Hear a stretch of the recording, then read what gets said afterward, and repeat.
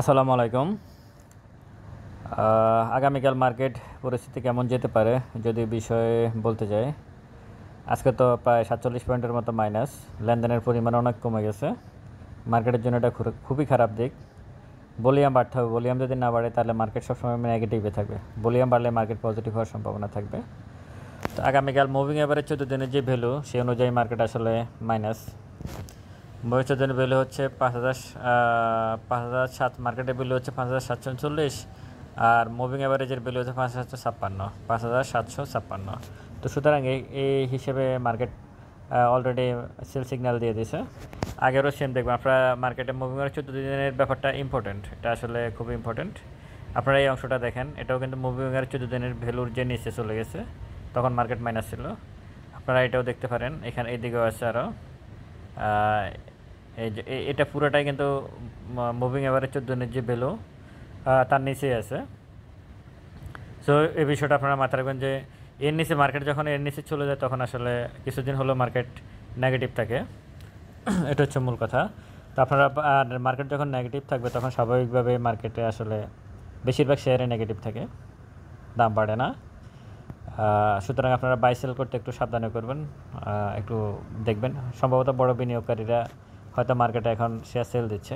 আমি এটাকে এখনও কারেকশান বলবো, এটাকে আমি ফল মানে বলবো না এখনও। খারাপ কিছু দেখতেছি না এখনও মার্কেটে। যদি আগামীকাল কংক্রিট ডিসিশনে আসি, আগামীকাল মার্কেট আসলে কেমন যাবে, আমার হিসেবে আগামীকাল মার্কেট মাইনাস যাওয়ার সম্ভাবনা আছে। সুতরাং আপনি একটু সাবধান থাকবেন। এরপর আসেন কয়েকটা গুরুত্বপূর্ণ কথা, এগুলো শুনবেন, আশা করি শুনবেন, কারণ এগুলোর দরকার আছে। শুধু ক্যান্ডেল এবং শেয়ার নিয়ে থাকলে হবে না, এর বাইরে আরও দু একটা নিউজ শুনতে হবে। কারণ এগুলোর সাথে মার্কেট যে শুধু ক্যান্ডেল অনুযায়ী চলে আর শেয়ার অনুযায়ী চলে, শেয়ার পড়ছে আমি কিনছি বাড়বে, ব্যাপারটা এরকম না। এরকম অনেক ঘটনা ঘটে, শেয়ার পড়ে, কেনার পর আরও পড়ে। তো সুতরাং যেমন আমরা কি রাজনৈতিক সিদ্ধান্তের উপরে কোনো শেয়ার কিনি না, কিন্তু আমরা কি রাজনৈতিক সিদ্ধান্তের উপর কোনো শেয়ার কিনি না।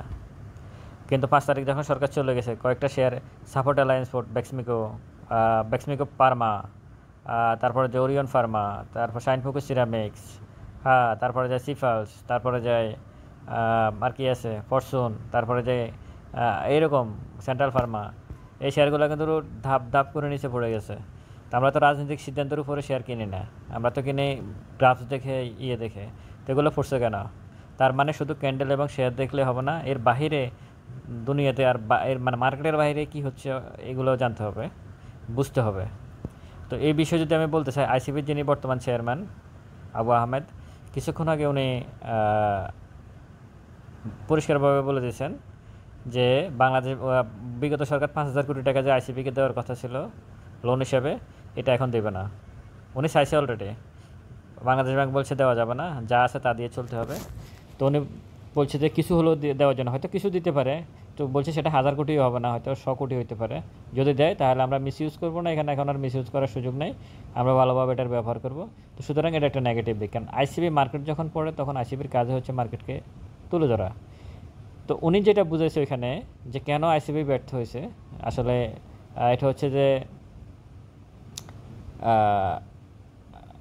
কেউ একজন হয়তো শেয়ারগুলো কাছে, এই বিষয়ে আমি আইসিবির বিষয় পর একটা আলাদা ভিডিও করব। এই বিষয়ে অনেকগুলো আইসিবি কেন ব্যর্থ, এই বিষয়ে আসলে জানার দরকার আছে।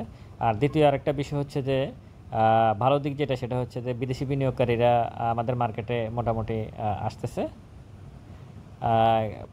এবং খুব ভালোভাবে তারা 5 তারিখের পরে খুব ভালোভাবে তারা আমাদের এখানে ঢুকতেছে বাংলাদেশের শেয়ার বাজারে। তো বিদেশি বিনিয়োগকারীরা যখন মার্কেটে ঢুকে তখন একটা জিনিস মাথায় রাখবেন, তারা কোনো ওই ফাউল প্লে করে না, তারা আজে বাজে শেয়ার কিনে না, তারা ফান্ডামেন্টালি স্ট্রং যে শেয়ারগুলো এগুলোই কিনে। এগুলোর নাম হচ্ছে আমরা সবাই জানি Renata, Marico, square Pharma, BRAC bank, তারপরে যা আছে ওয়ালটন, তারপরে আছে পদ্মা মেঘনা, যমুনা অয়েল, এখান দিয়ে আছে ধরেন ব্যাডবিসি, এই টাইপের শেয়ারগুলো, এগুলো ডিএসসি 30-তে গেলে পাবেন যে আসলে এগুলো কারা। তো এগুলো দেখে আপনারা বিনিয়োগ করবেন। বিদেশি বিনিয়োগকারীরা যখন আসবে তখন তার মানে মার্কেট ভালো হওয়ার সম্ভাবনা থাকবে, এবং আপনারাও ভালোভাবে ব্যবসা করতে পারবেন। তবে আগামীকালকে মার্কেট নেগেটিভ থাকার সম্ভাবনা আছে, সুতরাং আপনারা একটু সাবধান থাকবেন। আর যদি পজিটিভ থাকে, দোয়া করি পজিটিভ হোক, এই কামনায় ভালো থাকবেন সবাই। আসসালামু আলাইকুম।